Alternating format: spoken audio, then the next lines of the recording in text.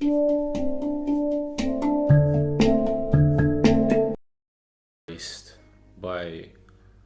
a huge presence, a huge figure was holding me and loving me, and it wasn't anything like the type of love I've ever experienced before here on earth. It's like when you hug someone that you haven't seen in a long time and you feel just relaxed, like you can melt in their arms. It felt like that, but much, much more powerful. And I was trying to figure it out, because I started to realize that I was familiar with this energy. I had experienced it before, but I couldn't remember when.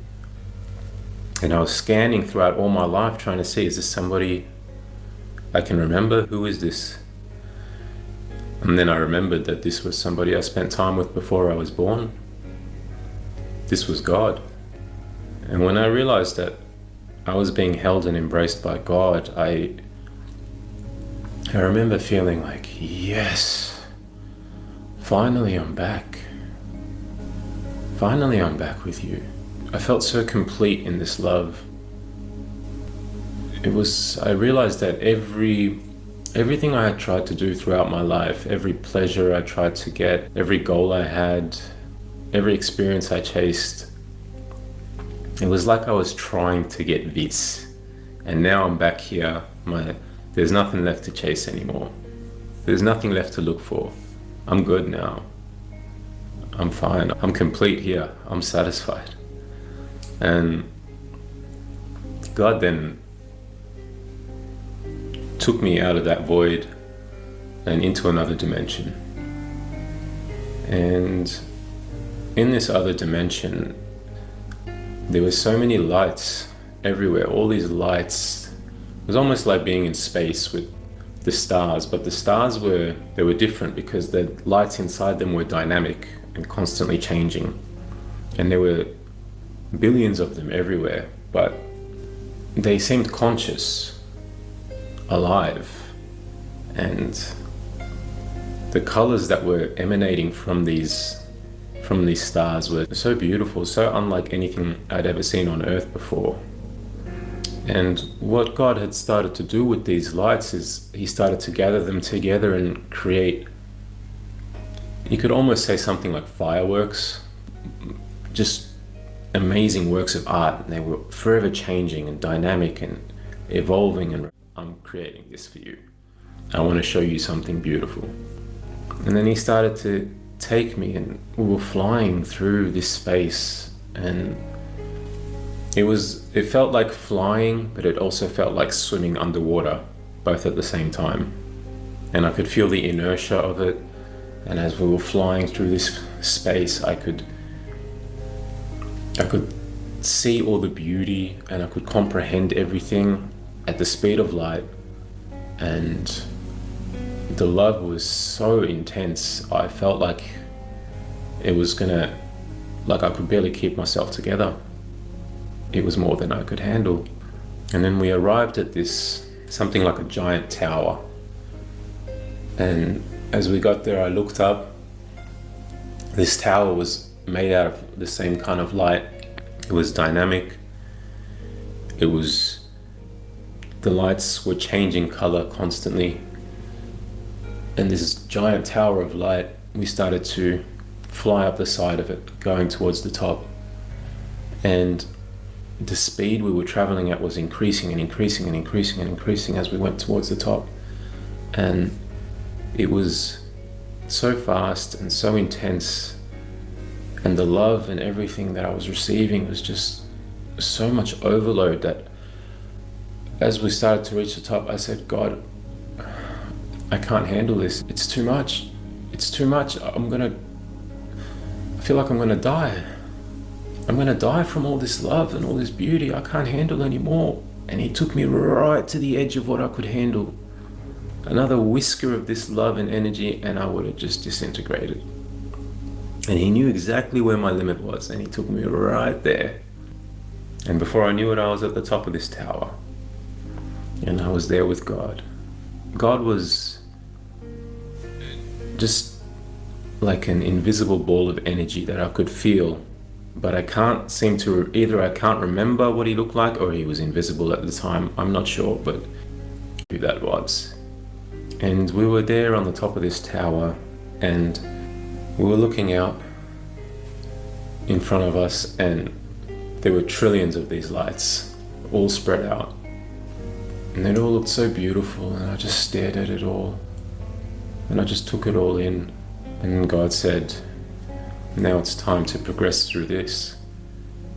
And I knew what he meant by that. It was the same thing that just happened as I was going up that tower of light. Now I was going to fly through all of this light.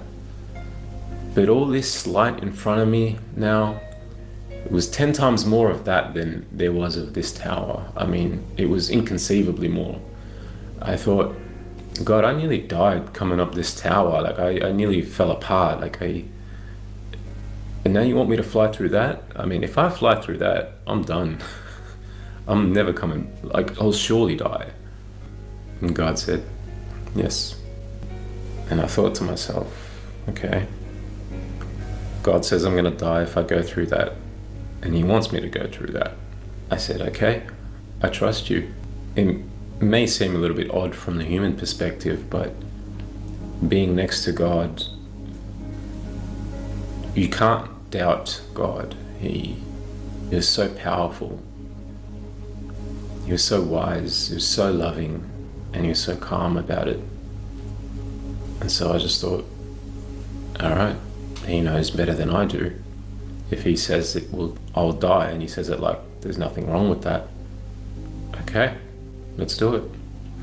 And he picked me up almost as if picking up a paper aeroplane, and he just threw me.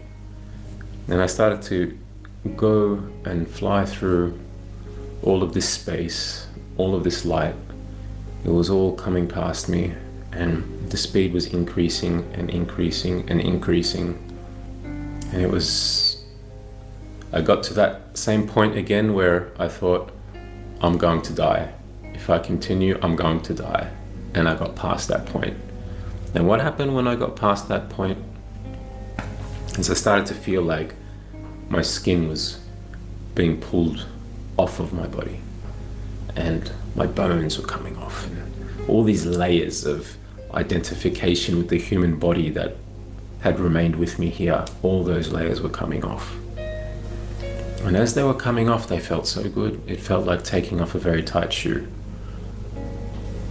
And I felt all the trauma that I had carried since my childhood also came off with those layers.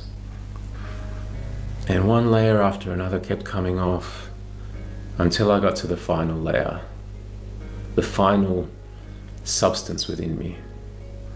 And as we got down to that substance and I was still flying through, I thought, when I lose this final layer, this final substance, whatever it is, this final part of me, if I lose that, there's nothing left.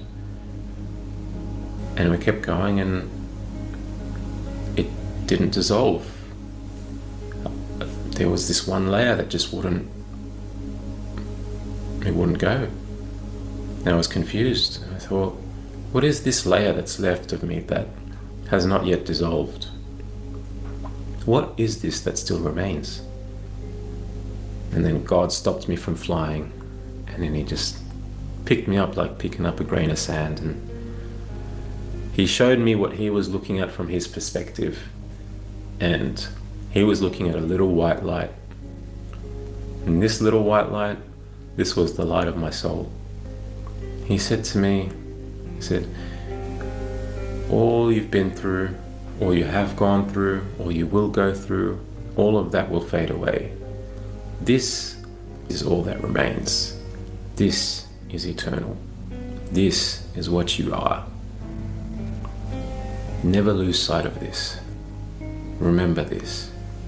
And then he rolled me like as if he rolled a marble out of his hand, and I joined the other lights.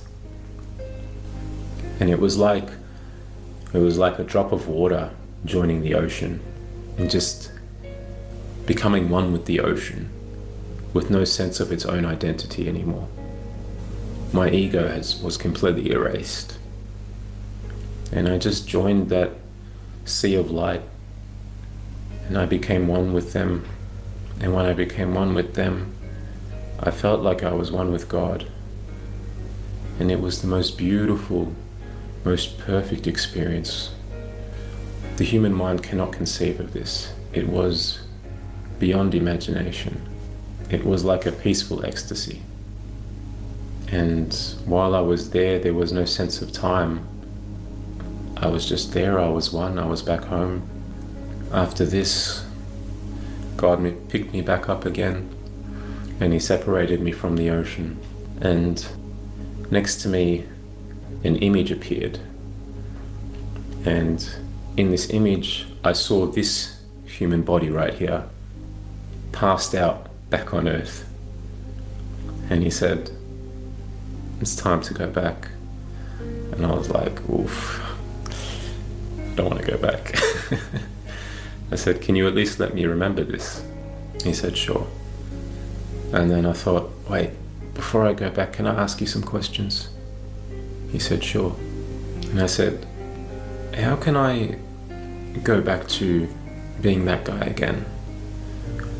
That guy, I don't want to go back to being him, like being, depressed and drug addicted and suicidal and all of that. That guy's very different to who I feel I am now and this place, and it's too much of a contrast. And He just said, "It's okay. That's okay." He didn't judge me. He didn't say you were a failure. There was nothing like that. He just said, "It's okay." I said, what about people there? Like, they're not going to believe me when I tell them this about this place. I mean, how can all of this love exist and I didn't know about it? Can you spread this love with the people in my life? And I rattled off some names, and he said to me, "Well, that's what you're there for." I said, "I'm sorry, but how can I give them all this love that I'm experiencing now? There's no way that I can give them that love." And he said, "Just ask me to help you. Ask me to be an outlet for this love." And I was very intrigued by the wording he used there, because he clearly said outlet, meaning I didn't have to try to produce this love. I just had to let my ego step aside so that love could flow through me. And I said, "Okay, I will,